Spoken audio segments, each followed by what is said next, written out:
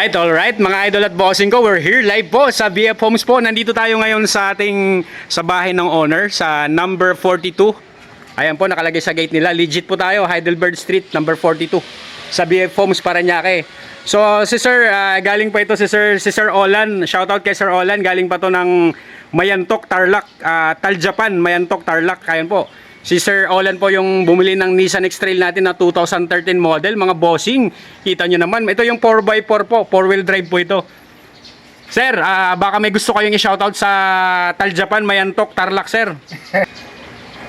Kayo sir, kahit ano, kung mayroon kayong i-shoutout, mga kababayan natin, mga taga-Tarlac sir, taga-Taljapan, Mayantok.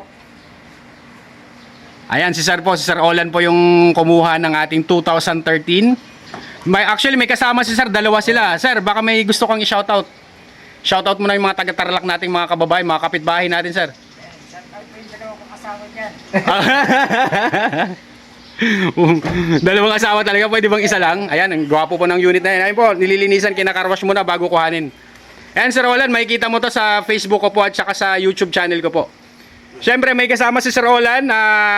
Shoutout din sa mga, eto si Sir Lito, galing po siya ng San Diego, California. Sir, baka may gusto kayong i-shoutout sa San Diego po.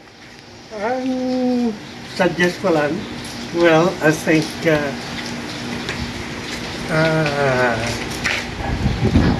they're giving us the right time to buy a car. This is indeed, it's nice, you know. Ayan sir, salamat po sir sa compliment. Sir, shoutout from J. Catskill Vlog sa mga naghahanap ng second-hand cars nating mga kababayan dyan, mga nasa abroad. Ayan po, si Sir, isa po sa mga nagtiwala po sa atin, si Sir Lito po. Ayan, ito yung nakuha natin. Ayan po, Nissan X-Trail, 4-wheel drive po yan, Xtronic CVT po. Ito, maganda to pang-akit sa Baguio. Masasabi kong goods na goods to kasi talagang 4-wheel drive, malakas po siya humatak. Ayan. Tsaka yung unit, ayan, shoutout kay Bustoto. Bustoto, baka may gusto kang i-shoutout dyan? Shoutout ko yung mga boyfriend ko dyan. Saan boyfriend?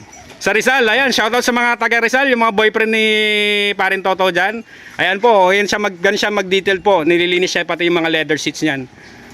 Para po mas presentable tingnan, tapos ibabapping pa po yung ilaw niyan. Bago po natin i-endorse kay Sir Lito at kay Sir Olan, talagang garantisadong quality po yung unit natin. Lahat po ipapafix natin nang bago sila umalis, para pong maging talagang garantisadong satisfied po sa sir. Lahat ipapafix sir. Kung may mga concern pa kayo habang ginagawa, sasabihin po natin si Toto po para magawa po lahat. Car wash, bapping, gagawin po natin. Tapos i-check po natin yung mga kulang na coolant, kung may mga lungs tayo na kailangan i-refill or... Pero nasuggest ko kay sir na pag uwi po ng Tarlac, mas maganda kung ipa-PMS niya po lahat bago ibiyahe po ng long drive sa Baguio. Though goods na goods naman po yung unit natin, transmission, engine is good, pero iba pa rin po yung i-condition natin syempre pagdating po sa atin para may sarili tayong record ng PMS po nito. Alright, hanggang mamaya ulit bago sila umalis kasi inaantay na po nila Sir Lito hanggang sa matapos po gawin ni papatarblakan pa natin yan mamaya para pag binahin nila to ng Tarlac.